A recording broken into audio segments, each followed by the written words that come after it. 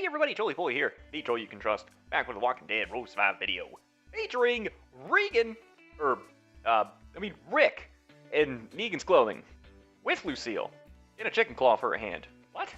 Is this like Dragon Ball Z version of Rick and Negan fusion? This Rick looks-wise is somewhat awkward to me. I see it almost as they had an artist come in and started to draw Negan's body, and then the higher-up said, "No, make it Rick." Artist is like, "You say so, buy him." Just like we always do, let's jump into the stats and mechanics and compare with other survivors who have MAME. We have Human Shield Jesus, Negan, Winter Shiva, and the new Rick. Also take note that all of these MAMers are melee, which will open up some options for some teams. Hell, you pretty much are looking at a team right now. Since Rick is a damage dealer, he is sitting pretty close to 2k base attack, being at 1968, which is good. His defense and HP are typical matches with the recent release damage roll survivors such as Green Mirabelle in the season store. The adrenaline rushes are interesting as we can see some serious MAME damage. My only issue with MAME is it is removed upon death, and since we are in a revive era, which I don't think is going away anytime soon, you're going to want to bring some decapitates with you to make life a lot easier. All the MAMers hit one survivor, you're looking at around 28-15 MAME damage, which in certain aspects can be underwhelming as this is coming from 4 survivor adrenaline rushes hitting the same target.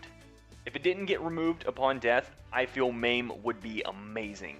A positive out of this is that MAME is true damage, so you will know what damage you will do regardless of damage mitigation, making it a bit easier to calculate last hitting with your decapitates.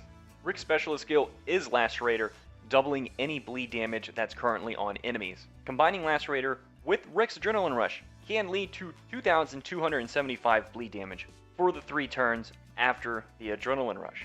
Regan's Adrenaline Rush is pretty loaded with words, and as someone who played baseball through college, I love the name. 940 MAME damage to 2, which is quite a bit of damage and holds more merit if you're hitting someone extremely tanky. Those same enemies will bleed 325 damage for 3 turns. To me, the next part is the best part about Regan being 75% heal reduction for 3 turns. What does this actually mean? Once greens can get 40 AP per attack, then every 3 turns, this Rick will be applying 75% heal reduction to 2 enemies, so there will always be a 75% heal reduction to 2 enemies, allowing any decapitates that didn't land the last hit another chance, and also another blow to those revive team comps out there. The last part of this Adrenaline Rush is focus to your team for 1 turn, letting us know this is a type of survivor we will be using first during our turns when we pop Adrenaline Rushes. Why? His Adrenaline Rush doesn't increase in damage when he's buffed. Rather, he buffs everyone, which is a safe sign to use him first, especially if the enemy has a human shield. His active, I can't really put my finger on it for using it offensive, but rather defensive. If you know a taunt or confused CC is coming, you can use this active and still gain AP, while making sure you can use him the next turn. I would rather use focus to more than 1, such as Rick Rise to Power, as giving up your turn now so you can attack the next turn seems like a completely defensive play to me. I can see 2 routes with Rick's weapon. Based on Rick's kit, I can see him potentially being useful in a defensive manner as well. So we will have 2 weapon routes, which one will be for attacking and the other will be for defending. For attacking, I was a bit torn to keep the attack stat on there or to put something more defensive, but basic attacks, when you have combat mods and leader attack skills, that will make your basic attacks hit hard enough to which it would hold merit, so I would just keep the attack and bump it up to 40%.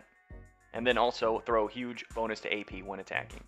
For defending, the reasons why I am making one for Rick is because his weapon is confused when taking damage. So if the enemy wants to start killing him first, then there is a risk involved. Second, his Adrenaline Rush doesn't do more damage the more attack he has.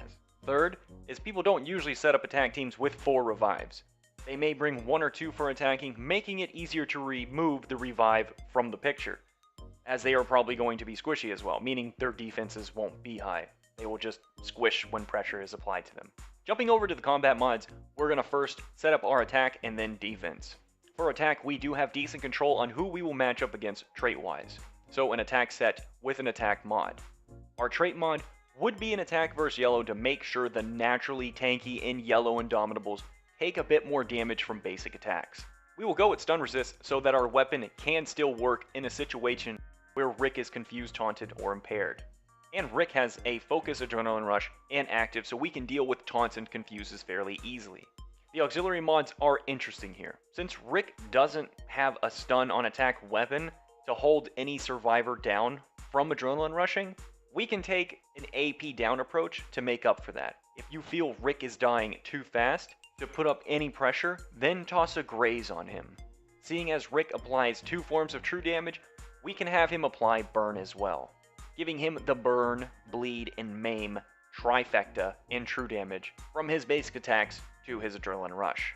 For the wild card, I would go with one of the 3 auxiliary mods you didn't choose, or Impair Resist. Impair Resist, since Rick is green and the leadership combination out there can lead you to versing heavy blue teams. For defense with Rick, it is all about his special weapon mod here, and we're going to go full tank so his adrenaline rush can start to shred the enemy team. We load Rick up with defense and HP combat mods in a defense set to make sure we don't have him die turn 1.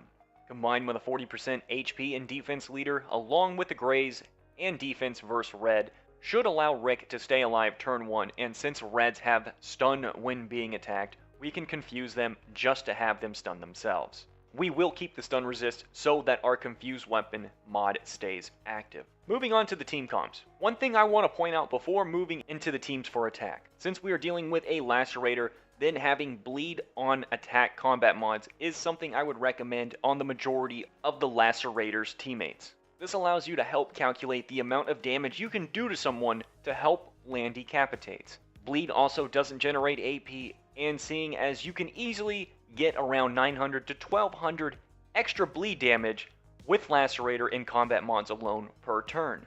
First team, we'll call this team Team Maim. In theory, if you're going to raid someone's team that is mostly yellows, then this can work out. Seeing as we have 3 green damage dealers, we should be able to take a yellow out within turn 1 or 2.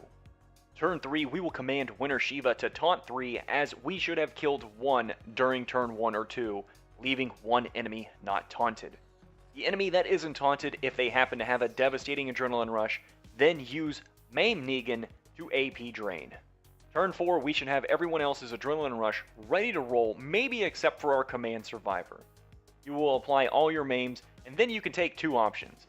If Command Glend is ready to use his adrenaline rush, then use that AR to give the team 65% attack, and then use Alpha's adrenaline rush to hopefully clean up the maimed enemies. If Command Glenn's adrenaline rush isn't ready to pop, then use Alpha's active to give herself 50% attack, and then command Alpha to use her adrenaline rush. Second attack team allows for 2 different playstyles. If your playstyle is more aggressive, then go Madison, and if not, I would go with Dante.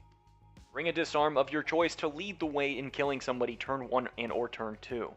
Tyrese with a double attack weapon will greatly help in your solo decapitates.